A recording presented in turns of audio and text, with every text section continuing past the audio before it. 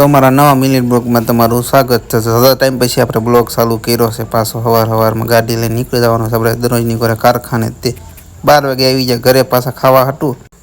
रोहन भाई बिस्किट ने एवुं खाता था। मैं तो आपणे जियोथी देहे ज नहीं कांई, पण खाली हाथ लांबो करे। पछी ई खावाने राख्युं बिस्किट, पछी आपणे खावा मैं हुखड़ी बनावी हती कालनी एटले।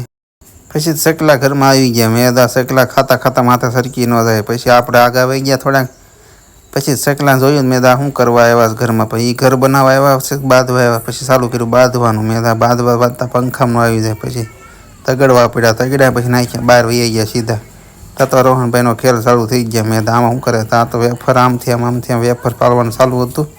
एना भाई खेल चालू हता। ने आपणे पव्या कारखाने हीरा घाववा चालू करी दीधा। आपणे तो धीमे धीमे घ्या करवी के हीरा तो एवा मोटा मोटा हता ने कि बे हाथे लेवा पड़ता क्यारेक मारवी मथाळा पण भरवा बहू मळे।